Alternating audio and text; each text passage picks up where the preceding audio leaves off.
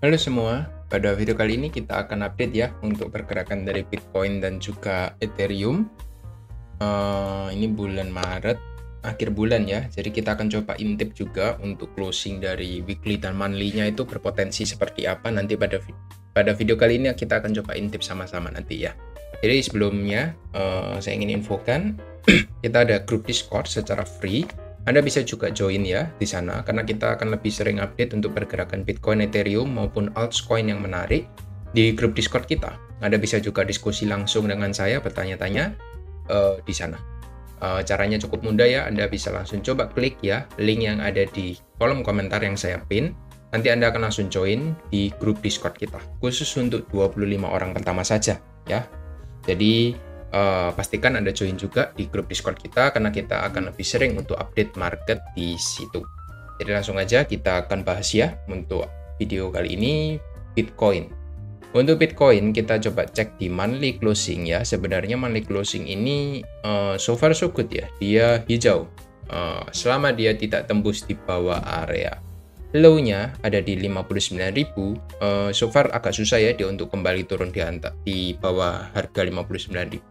Jadi kita bisa asumsikan dalam 2 hari ke depan, karena ini sudah tinggal 29, 30, 31, sudah hari Sabtu dan Minggu, market akan cenderung low volatile ya. Di tanggal 29 sih kita mungkin akan melihat ETF Fund itu masih akan ada pergerakan lagi dalam 1 hari ini. Nanti besok Sabtu dan Minggu kita akan lihat market sudah mulai libur ya institusi. Jadi hanya retail saja penggerak marketnya. Jadi akan susah untuk Bitcoin ini bergerak di bawah area 59.000. Jadi kurang lebih seperti itu untuk update-nya. Kita lihat ya, for the first time untuk Bitcoin ya, apabila close di atas area 59.000 bahkan 61.000, kita lihat ini area highest-nya ada di 61.200 kurang lebih. Kita lihat dia sudah melebihi 61.200. So official untuk di bulan Maret 2024 kita melihat Bitcoin ini sudah all time high. Karena kita lihat ya, all time high terakhir untuk close body candle itu ada di 61.200 dan sekarang harga sudah di 70.000 kurang lebih. Jadi kalau nanti hari Sabtu Minggu itu dia turun ke 65.000, 68.000, menurut saya masih valid ya kita all time high. Karena ini sudah pertama kalinya kita mencetak all time high close candle-nya. Jadi ini merupakan hal yang baik. Jadi Anda tidak perlu khawatir ya bagi Anda yang kemarin sempat menjual Bitcoin, dan kalau juga ingin menjual semua, menurut saya ini merupakan awal mula dari bullish market. Jadi di bulan April kita ada halving, pastikan Anda sudah menyiapkan diri. Saran saya seperti itu. Lalu di weekly candle kita melihat minggu kemarin kita lihat dia membentuk hammer ya, cukup bagus. Saya sudah infokan di update weekly kemarin, dan di minggu ini kita melihat Bitcoin ini berpotensi untuk membentuk engulfing candle ya, meskipun juga kita nggak bisa katakan engulfing juga karena ini tidak ada di area support ya. Tapi kita boleh katakan bahwa minggu ini dia itu bullish ya dibandingkan minggu kemarin yang dia masih close merah sedikit ya, meskipun ada buyer yang sudah mulai masuk. Ini merupakan petanda baik, dan apabila close-nya seperti ini, kita lihat dia berada di atas area 70.000 untuk close di minggu ini, kita melihat besar kemungkinan di minggu depan dan minggu-minggu selanjutnya Bitcoin itu bisa melanjutkan rally-nya ke harga yang lebih tinggi seperti itu. Itu aja sih untuk update dari weekly-nya, dan kita akan lihat secara daily-nya seperti apa seperti biasanya. Di daily time frame kita melihat Bitcoin ini punya challenge besar di area 72.000 ya. Ini harus ditembus ya. 72 kita boleh bulatkan. Bentar.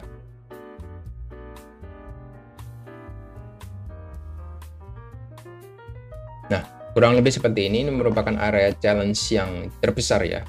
Karena 72 ini merupakan area psikologis level, sekaligus ini area krusialnya gitu. Kenapa? Ya meskipun ini belum menyentuh area 72 ya, dia selalu reject di antara 71.560 kurang lebih ya, 71.560, tapi ya boleh bulatkan 72 itu angka psikologis juga. Dan saya melihat bahwa sekarang ini Bitcoin sedang building order lagi ya setelah dia breakout, sama seperti beberapa hari sebelumnya di pertengahan bulan Maret kemarin. Dia sebelum breakout dari area 68.000, dia membentuk building order dulu selama beberapa hari, 1, 2, 3, 4, 5, 6 hari, dan hari ke-7 dia breakout ke atas. Di sini ketika dia berhasil untuk breakout, dia membentuk building order lagi di atas ini. Nah, seperti ini kurang lebihnya. Jadi ini yang bawah saya hapus dulu. Nah, dia membentuk building order di area, bukan, saya nggak bisa bilang area resisten ya, area supportnya malah ya, karena ini sudah berhasil resisten, dijebol menjadi support, dan sekarang sedang berusaha holding di area supportnya.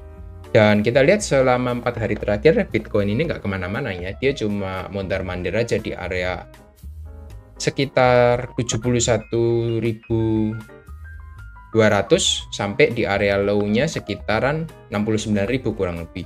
Jadi kurang lebih dia cuma mondar-mandir, dan semakin lama area yang kita bisa tradingkan itu semakin tipis ya, sekitar 2000 poin, mungkin 69 ke 71 ya, 2000-3000 poin lah.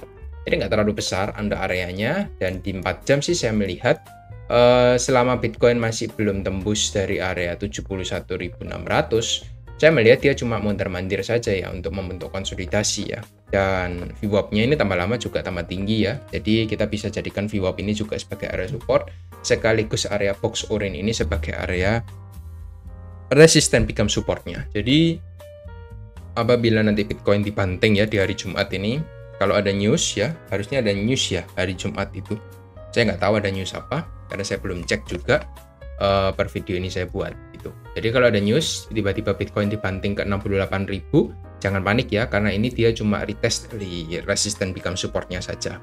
Nanti kita bisa harapkan dia nanti bisa tembus lagi, bouncing ke atas lagi ke harga yang lebih tinggi, bahkan meretest area all time high sebelumnya. Kurang lebih seperti itu yang bisa saya lihat dari time frame kecil ya. Saya sudah lakukan top down analisis dari time frame besar ke time frame kecil. Di time frame kecil kita lihat di 1 jam sih sebenarnya untuk Bitcoin ini semakin lama volatilitasnya semakin kecil ya. Yang terakhir kita lihat itu volatilitas dia yang besar itu ketika tanggal 27 kemarin ya. Dia sempat di New York Open bouncing atas dan bouncing bawah ya, atau swipe liquidity di atas lalu swipe liquidity juga di bawah. Ketika orang menaruh stop loss di bawah sini di area 69.000 langsung di swipe out di bawah. Ketika pasang stop loss juga masang short sell, stop lossnya ditaruh di 71.500 kurang lebih di atas area 71.600 ya. Ya, kurang lebih di atas 71.600 juga di swipe out juga. Jadi sudah swipe out atas bawah. Dan kemarin kita lihat meskipun New York Session market juga cenderung nggak kemana-mana juga ya, cenderung sideways juga. Jadi kita masih menunggu untuk hari Jumat ini seperti apa untuk update-nya. Kurang lebih seperti itu untuk Bitcoin update-nya ya. Lalu next kita akan coba cek secara dominance Bitcoin. Dominance-nya ini sudah sampai area resisten ya. Dan kalau resisten 54% ini dijebol dan dia closing di atas 54%, kita akan melihat untuk altcoin biasanya akan terkoreksi ya, karena dominance dari Bitcoin itu akan meningkat. Meskipun Bitcoin yang nggak bergerak ya, tapi ketika dominance itu naik, otomatis money flow itu akan pindah ke dalam Bitcoin.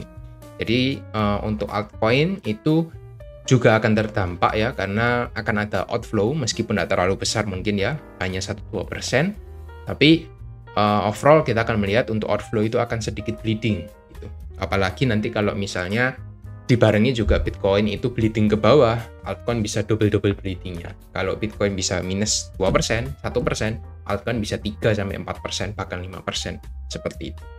Itu aja sih untuk update dari dominance Bitcoin. Kalau kita buka di weekly, sebenarnya ini menjadi indikasi yang cukup positif untuk Bitcoin dominance-nya ya, kurang baik untuk kita semua.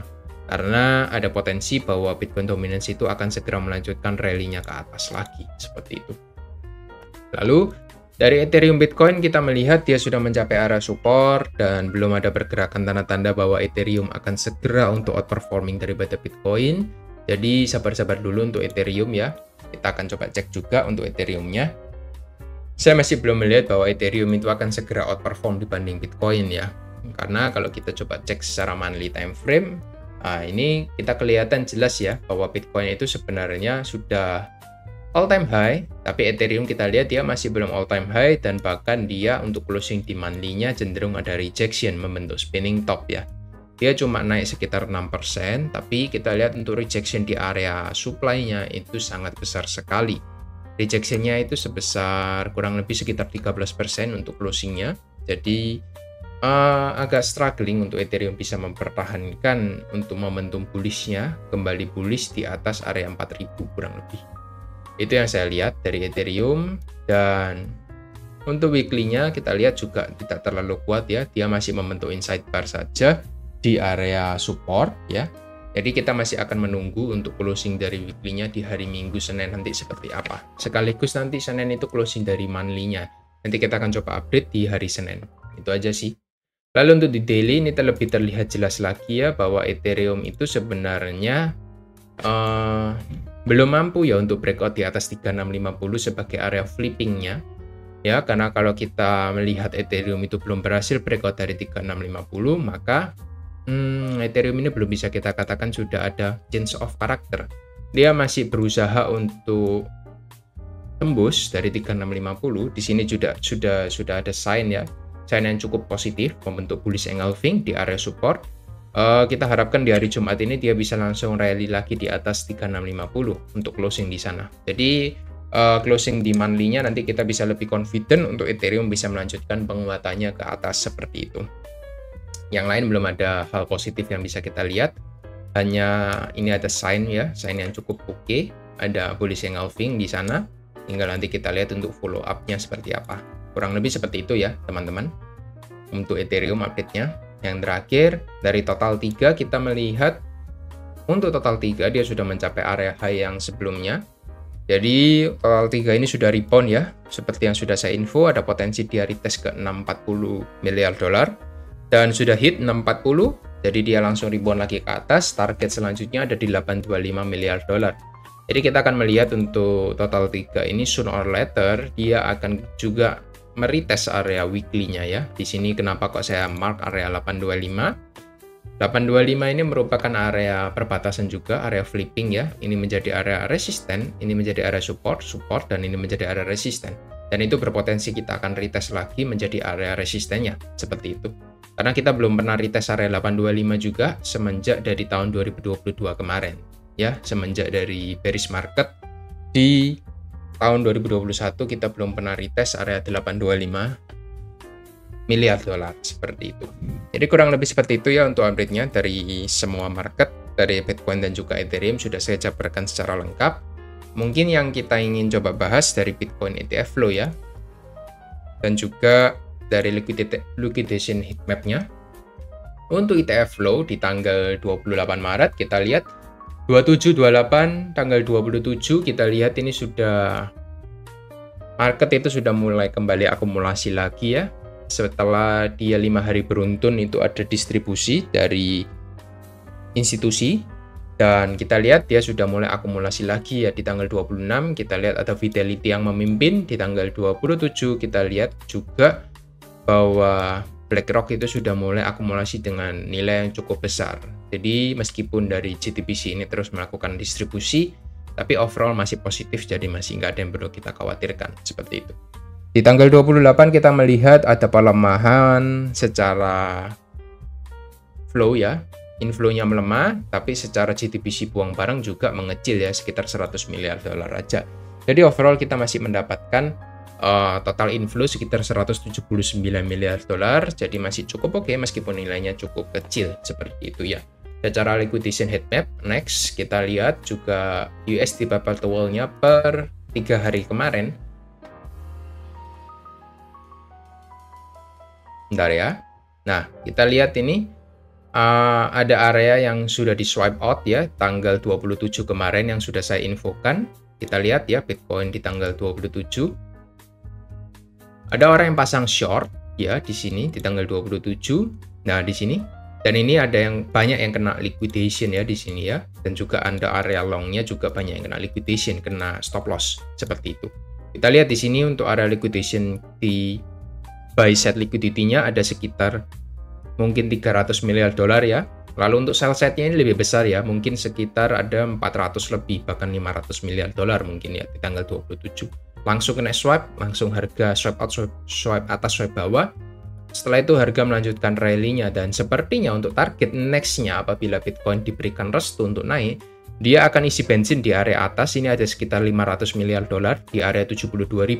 Dan itu sejalan dengan area target yang sudah kita infokan ya, 72.000 itu merupakan area yang harus di retest lagi oleh institusi. Karena institusi pasti mencari untuk area stop loss-nya dan juga secara angka itu juga merupakan angka psikologis. Jadi banyak orang yang menaruh stop loss di sekitar 72.000. Jadi 72.300 ya orang taruh ya, orang memberikan spread sedikit.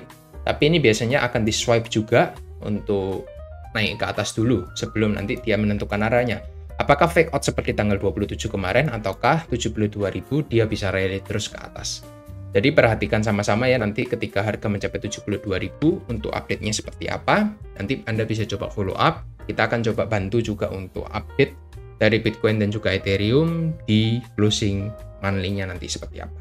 Jadi kurang lebih seperti itu aja untuk update-nya hari ini. Sekali lagi, buat Anda yang belum join di Discord kita, Anda bisa klik link yang ada di komen ya. Untuk 25 orang pertama, bisa join secara free di dalam Discord kita. Kurang lebih seperti itu aja untuk update-nya hari ini. Thank you yang sudah tonton sampai habis. See you on next video.